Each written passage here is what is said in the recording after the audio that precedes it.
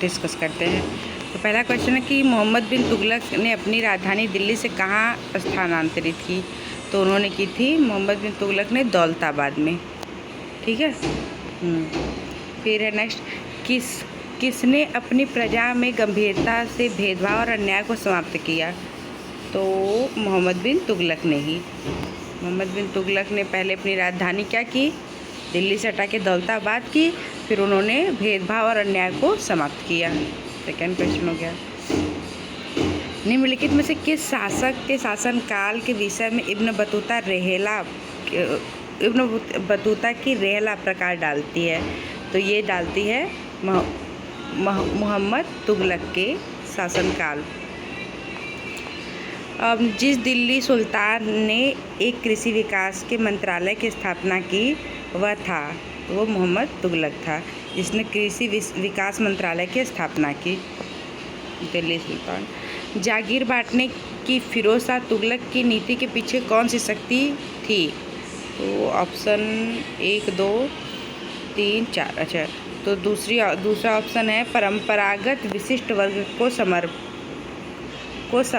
समर्पण। इसके पीछे की नीति थी विशिष्ट वर्ग को समर्पण की शक्ति थी। इसके बाद है, आप लोग इसको 2x करके सुनिएगा क्योंकि हम थोड़ा धीरे पढ़ते हैं ना, इसलिए। निम्नलिखित में से किस सुल्तान के दरबार में सबसे अधिक गुलाम थे? तो ये थे फिरोज तुगलक के दरबार में सबसे अधिक गुलाम थे। फिरोज शाह तुगलक ने संस्कृत पांडुलिपि का किस नाम से फारसी अनुवाद कराया था? तो ये कराया था दलाइल ए फिरोज शाही। अच्छा, नेक्स्ट क्वेश्चन है, किस शासक ने गुलामों हेतु विभाग स्थापित किए थे? तो फिरोज शाह तुगलक ने गुलामों हेतु भी विभाग स्थापित किया था। अच्छा, ओ सॉरी कम। नेक्स्ट क्वेश्चन, निम्नलिखित में से किस सुल्तान ने फलों की गुणवत्ता सुधारने के लिए उपाय किए थे? तो फिरोज शाह तुगलक। इसने ही जब कृषि मंत्रालय बनवाया तब फलों की गुणवत्ता कृषि से रिलेटेड है, इससे भी याद कर सकते हैं। फिरोज शाह तुगलक द्वारा स्थापित दार उल सफ़ा क्या था?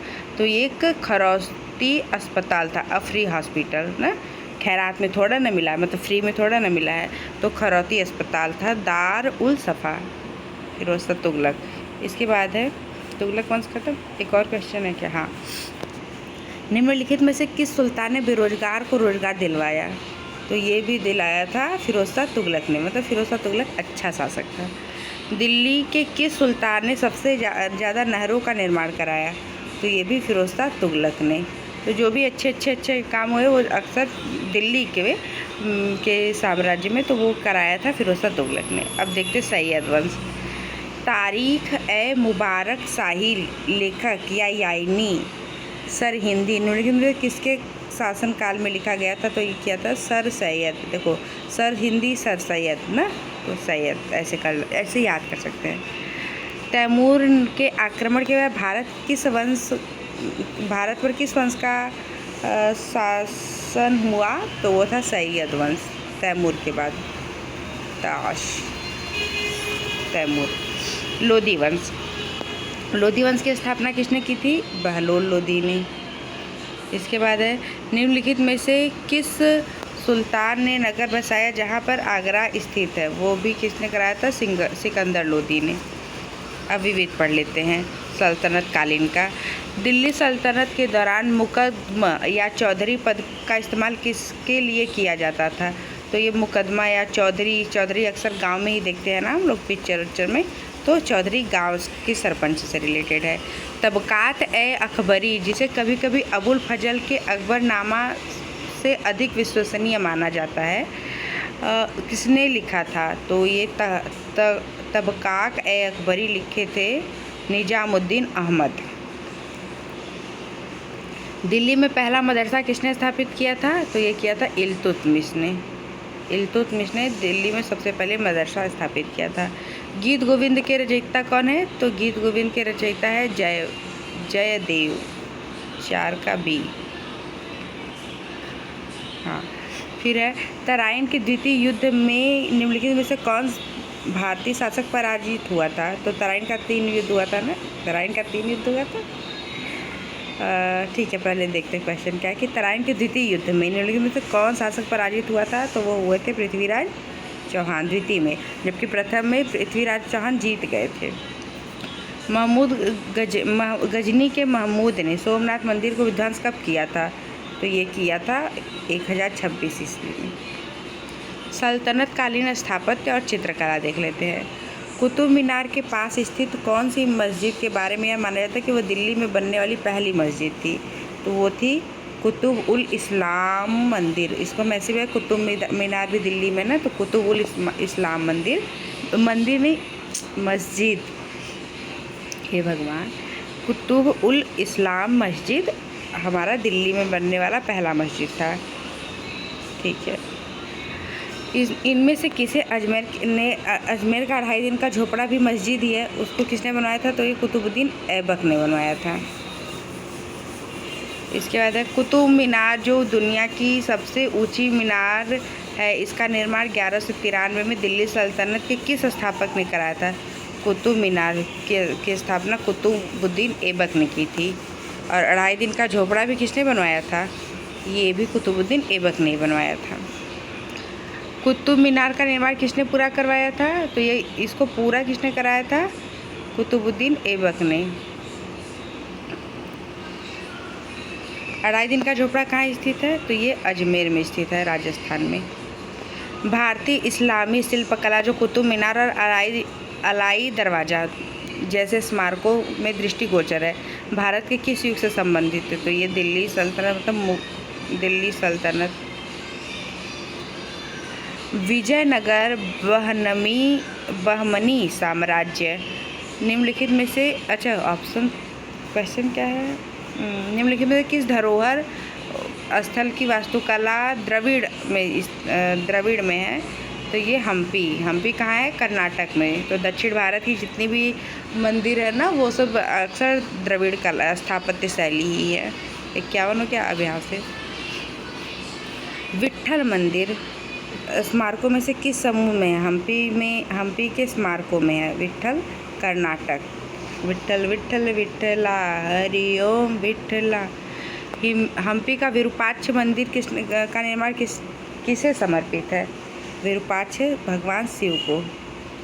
हम्पी कर्नाटक में है।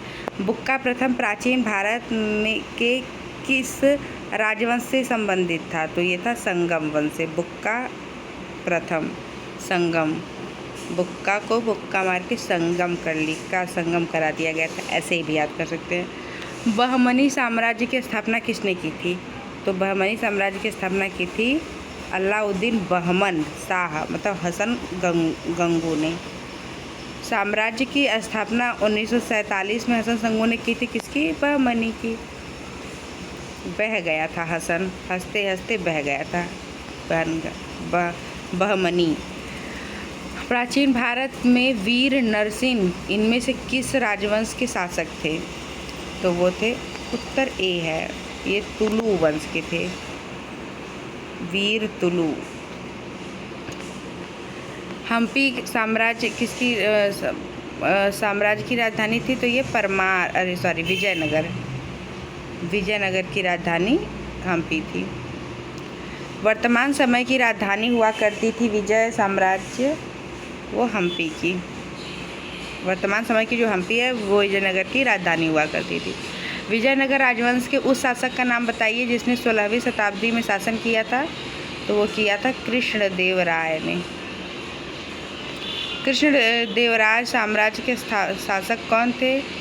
तो वो थे विजयनगर के शासक कृष्णदेवराय थे। फिर 61 हो गया, इधर नहीं, 61 के बाद 62 क्वेश्चन। निम्नलिखित में से किसने साहित्य अमुक्त माल्यद मध्यकालीन युग ग्रंथ संकलित किया? तो ये किया था कृष्ण ने, अमुक्त माल्यद कृष्णदेवराय ने। अन्य मैया मध्यकालीन काल की एक कवि या गायक थे, वे किस भारतीय राज्य से संबंधित थे? तो ये थे आंध्र प्रदेश से। अ से आंध्र प्रदेश, और से अन्नमय्या। देवराय प्रथम के शासनकाल के दौरान नकोली कोटी ने 1420 ईस्वी में विजयनगर का दौरा किया था। साम्राज्य की स्थापना संगम राजकुमार हरिहर और बुक्का ने की थी। किसकी? विजयनगर की। अच्छा, बहमनी और संगम ना, तो मुक्का मार के संगम करा लेंगे तो वो संगम वंश के हो गए। और इसके बाद हरिहर और बुक्का दोनों भाई थे और ये विजयनगर की स्थापना की। फिर गोलकुंडा किला किसके दौरान बनाया गया था? तो एक बनाया गया था कुतुब शाही राजवंश के द्वारा, गोलकुंडा। प्रसिद्ध गोलकुंडा किला किस राज्य में स्थित है इस समय? तो वो हमारा है तेलंगाना में। गोलकुंडा, कुंडा में तेल है, तेलंगाना।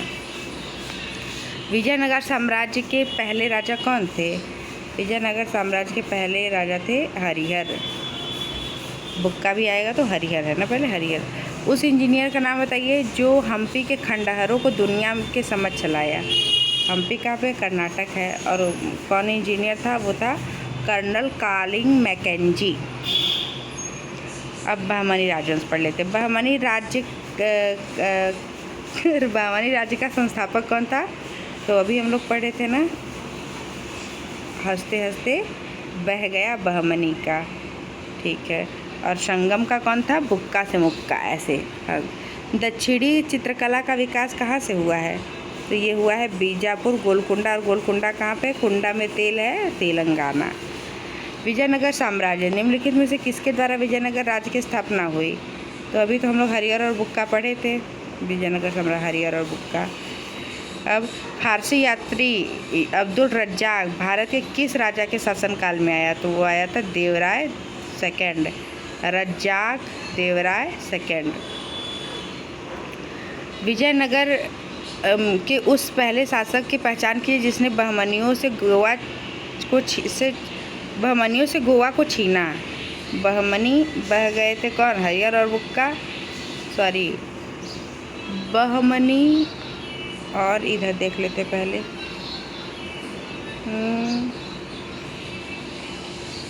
मुक्का। अच्छा, ये संगम वंश के थे, वो बहमनी थे, ठीक है। बुक्का और तो संगम वंश के थे।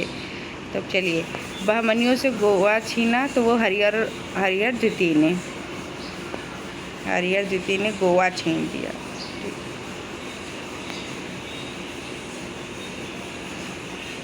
विजयनगर साम्राज्य के देवराय कृष्ण देव राय समकालीन थे किसके?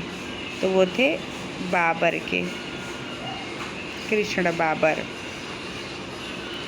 विजयनगर के जिस सम्राट ने तेलुगु और संस्कृत साहित्य में सर्वाधिक योगदान दिया वह थे कौन थे? संस्कृत और साहित्य में अमुत्य करके भी कुछ एक लिखे थे ना, इसलिए इसे कहेंगे कृष्णदेव राय, संस्कृत और तेलुगु में। विजयनगर के राजा कृष्ण देव राय ने गोलकुंडा का युद्ध किसके साथ लड़ा था? तो ये लड़ा था, अभी देख लेते हैं, ऑप्शन सी नहीं, ऑप्शन ए है। ऑप्शन ए है कुली कुतुब शाह के साथ कृष्णदेव राय ने गोलकुंडा का युद्ध लड़ा था। फिर विजयनगर साम्राज्य का अवशेष कहाँ मिलता है? तो ये मिलता है हमारा हम्पी में। हम्पी कहाँ है? कर्नाटक में। हम्पी की राजधानी, विजयनगर की राजधानी हम्पी थी और हम्पी में ही विजयनगर साम्राज्य का अवशेष मिलता है। Very good. विजयनगर साम्राज्य की वित्तीय व्यवस्था का मुख्य विशेषता क्या थी? ये भू राजस्व था। सन 1665 में कौन सा प्रसिद्ध युद्ध हुआ था? तालीकोटा का युद्ध हुआ था। तालीकोटा का युद्ध किसमें? 1565 में। इसी के बाद तो विजयनगर साम्राज्य स्थापित हुआ।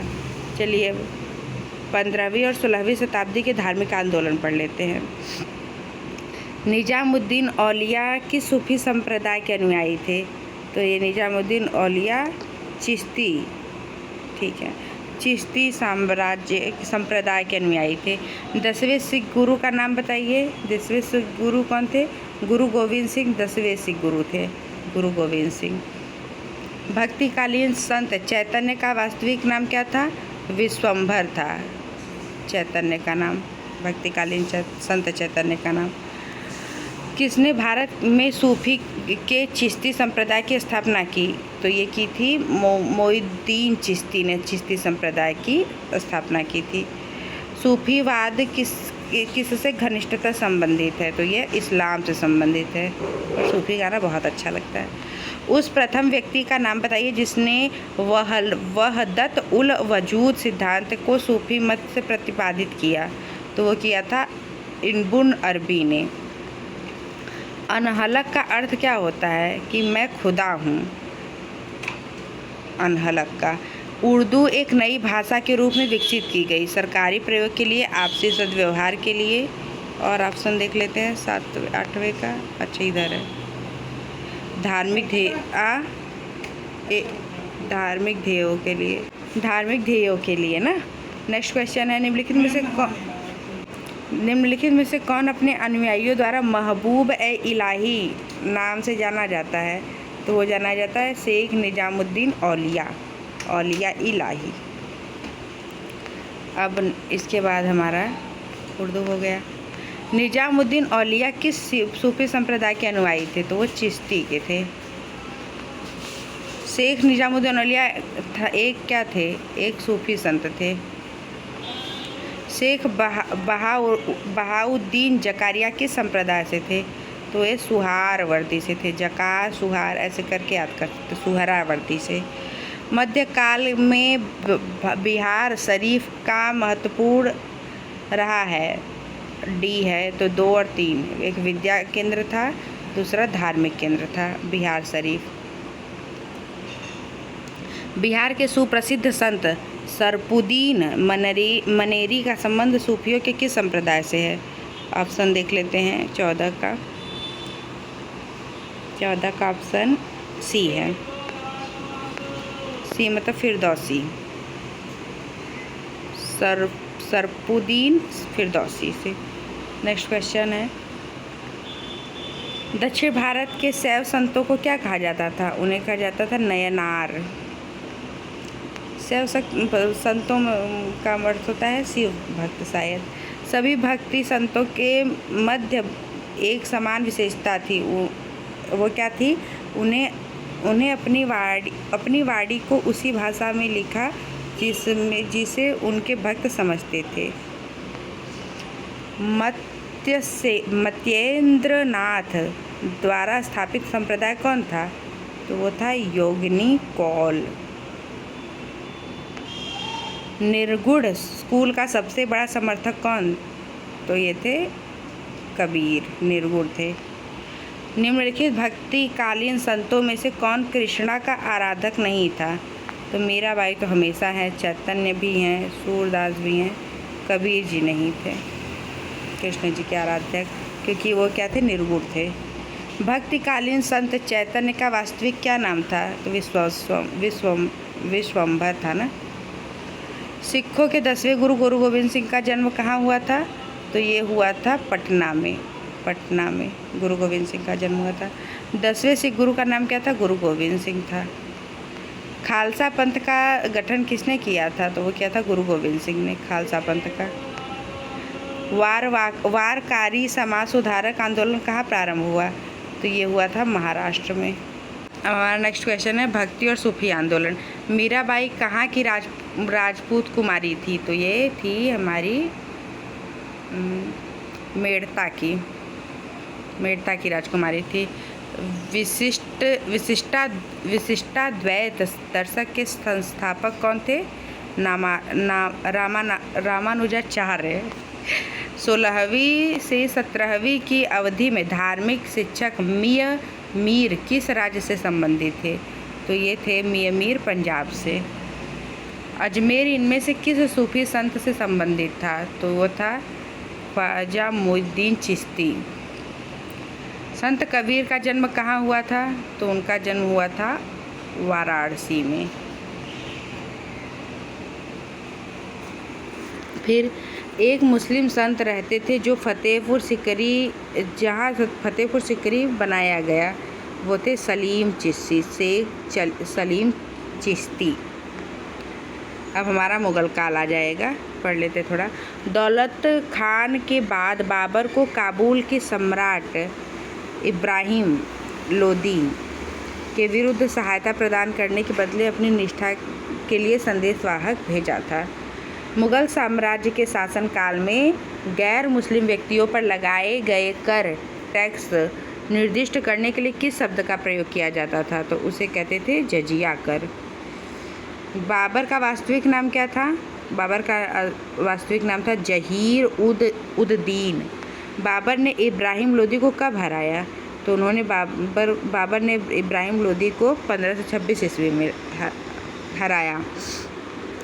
नवंबर 1525 में स्थापित होने के बाद बाबर दिल्ली से 480 किलोमीटर उत्तर की ओर पानीपत में 21 अप्रैल को इब्राहिम लोदी से मिला था। किस सन में मिला था? तो ये मिला था 1526 में। बाबर दिल्ली से कितने किलोमीटर? 480 किलोमीटर उत्तर में पानीपत हरियाणा में है इस समय। पानीपत का प्रथम युद्ध कब लड़ा गया था? तो ये लड़ा गया था 1526 में। किसके साथ? बाबर और इब्राहिम लोदी। इसके बाद पानीपत का प्रथम युद्ध कहाँ हुआ था? तो ये हुआ था हमारा हरियाणा में। निम्नलिखित विकल्पों में से उस विकल्प का चयन करें जो मुगल सम्राटों के कालक्रम को सही क्रम में दर्शाता है। तो वो है हमारा, पहले अकबर आए, अकबर के बाद उनके बेटे जहांगीर, जहांगीर के बेटे उनके शाहजहां, शाहजहां के बाद औरंगजेब। फिर तुलुघमा क्या है? तुलुघमा क्या है? तो तुलुघमा बाबर द्वारा इस्तेमाल की जाने वाली एक सैन्य रणनीति है। फिर है कि खानवा का युद्ध जीतने के बाद बाबर को गाजी मान लिया गया था। खानवा का युद्ध कब हुआ था? तो ऑप्शन बी है 1527 में। 1526 में पानीपत का प्रथम युद्ध और 1527 में खानवा का युद्ध। फिर मुगल साम्राज्य के संस्थापक कौन थे? मुगल साम्राज्य के संस्थापक थे बाबर। मुगल साम्राज्य की स्थापना किसके द्वारा की गई थी? तो मुगल साम्राज्य की स्थापना की गई थी बाबर द्वारा। खानवा का युद्ध किसके बीच लड़ा गया था? बाबर और राणा सांगा के बीच लड़ा गया था। बाबर ने भारत पर पहला आक्रमण कब किया था? तो 1519 ईस्वी में किया था। मुगल साम्राज्य की स्थापना 1526 में किसके द्वारा की गई थी? तो बाबर द्वारा की गई थी। घाघरा का युद्ध कब लड़ा गया था? खानवा के बाद घाघरा का 1529 में। 1526 में पानीपत का प्रथम युद्ध, 1527 में खानवा का युद्ध, 1528 के बाद 1529 में घाघरा का युद्ध। फिर निम्नलिखित में से किस वंश के शासकों को सुल्तान नहीं कहा जाता है? तो मुगल वंश के शासकों को सुल्तान नहीं कहा जाता है। निम्नलिखित में से मुगल सम्राट जिन्होंने भारतीय उपमहाद्वीप पर शासन किया का उल्टा सही क्रम क्या है? तो सबसे पहले क्या था कि बहादुर शाह द्वितीय आए, जो 1557 का युद्ध हुआ था उसमें। उससे पहले मतलब उससे उल्टा जा रहा है ना, तो अकबर सबसे पहले आए थे तो उन्हें सबसे लास्ट में लिखेंगे। फिर शाहजहाँ, फिर औरंगजेब, फिर बहादुर शाह द्वितीय। इनमें से किसने अपने साम्राज्य को संगठित और मजबूत बनाने के लिए सिंधु घाटी से लेकर बंगाल में स्थित सोनार घाटी तक शाही रायल सड़क का निर्माण कराया था, जिसे जीटी रोड में बदल दिया गया है? तो वो कराए थे शेरशाह सूरी ने जीटी रोड की स्थापना। ठीक। फिर है सिंधु घाटी को सोनार से जोड़ने वाली सड़क, शाही सड़क का निर्माण किसने कराया था? तो ये किसने कराया था? अभी हम लोग पढ़े थे ना, शेरशाह सूरी ने। अभी देख लेते हैं, डी ऑप्शन। हाँ, शेरशाह सूरी ने कराया था। इसके बाद देखते क्वेश्चन है कि शेरशाह सूरी पुनः निर्माण किसने कराया? तो लॉर्ड डलहौजी ने जीटी रोड का पुनः निर्माण कराया। शेरशाह सूरी का मकबरा कहाँ स्थित है? तो ये है सासाराम में स्थित है। सासाराम बिहार में है। सूरी राजवंश की स्थापना शेरशाह ने की, जिसका शासनकाल था 1540 से 1545 में। शेरशाह को शेर खान भी कहते हैं, ने बंगाल पर आक्रमण कर घियासुद्दीन को हराया था। तो ये हराया था 1538 में।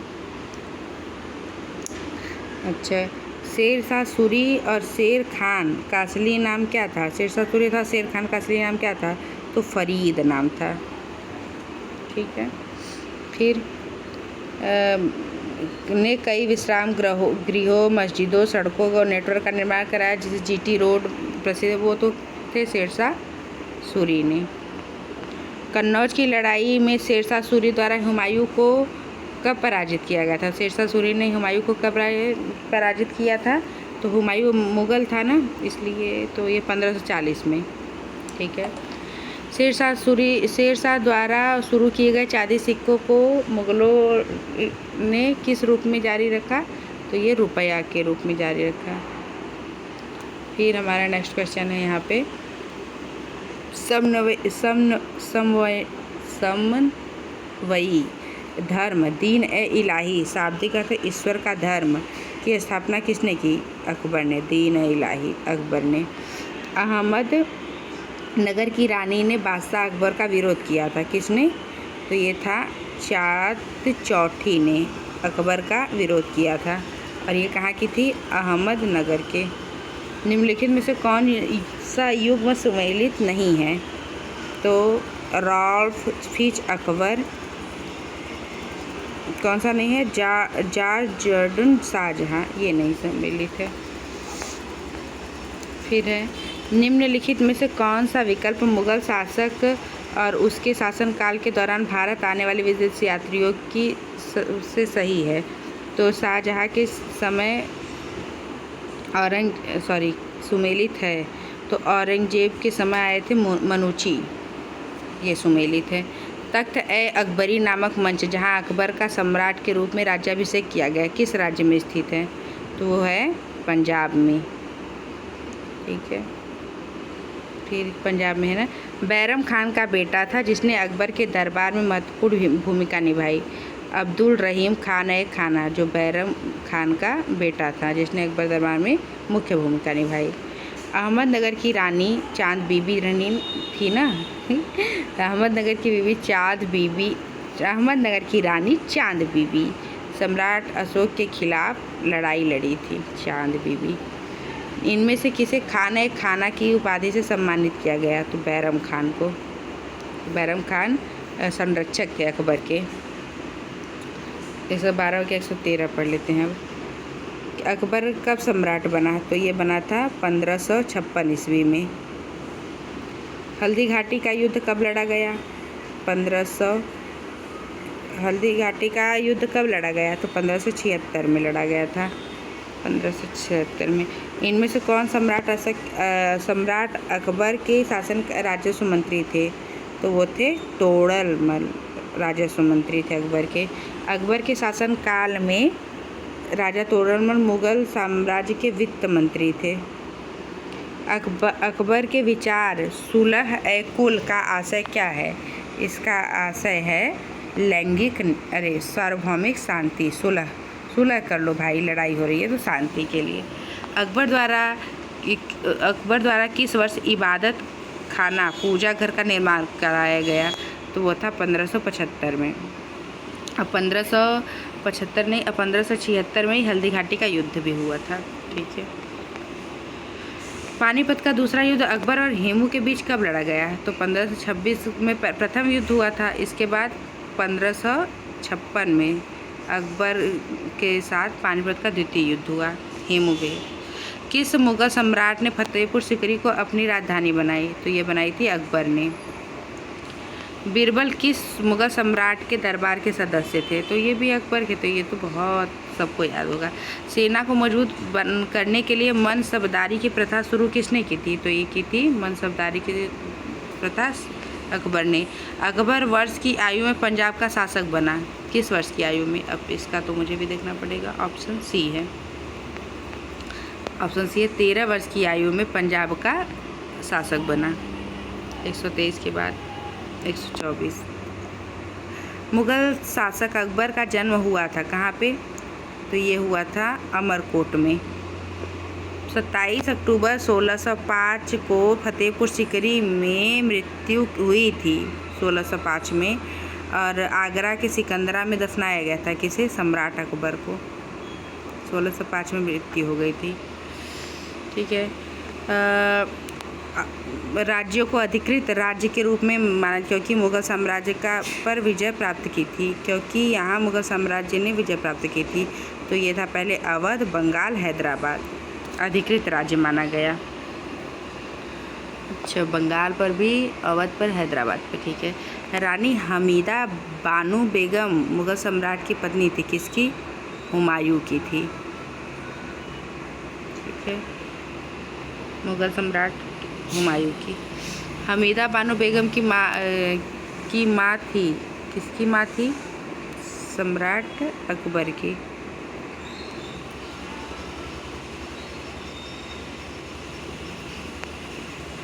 अब है नेक्स्ट क्वेश्चन, निम्नलिखित में से कौन बादशाह अकबर के दरबार के नौरत्नों में से नहीं था? तो तोड़लमल तो थे, अबुल फजल भी थे और फ़कीर अजीउद्दीन भी थे, लेकिन उस्मान अली नहीं थे। तो यही आंसर सही होगा। भारत के तीसरे मुग़ल सम्राट कौन थे? तो वो थे अकबर,